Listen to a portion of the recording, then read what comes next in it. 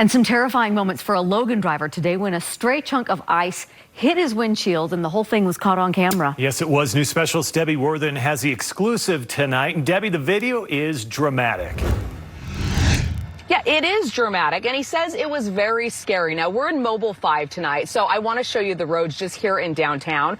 The Jazz game just got out, so it is bumper to bumper, and look at that snowpack on the roadway itself. Well, you can see why things are flying around. And for Dusty Wilkinson, he says despite how fast things actually happened, when that chunk of ice hit him, he said it seemed like it was happening in slow motion. It was like slow motion, and it just did like 3 flips in the air, and before I knew it, it was like headed right at me, and didn't even have time to hit the brake. You can see it clearly as we slow down the video, but in real time, it looked like this. It just went bam, right into the windshield.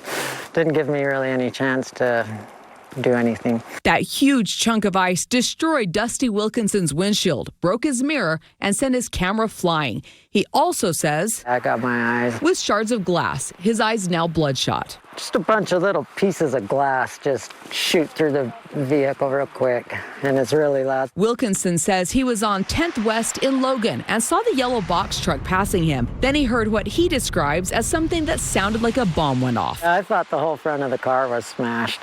It's pretty crazy when it happens. It's almost a shock, and then you're like, am I all right? And even though his car is damaged, he says it could have been much worse. A little bit more this way, I could have been dead.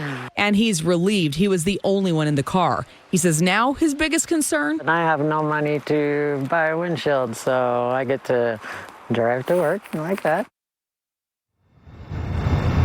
Yeah, so he says he didn't report it to police because he couldn't see a license plate on that truck because it was covered in snow. And now, of course, he's footing the bill for something he doesn't feel like is his fault.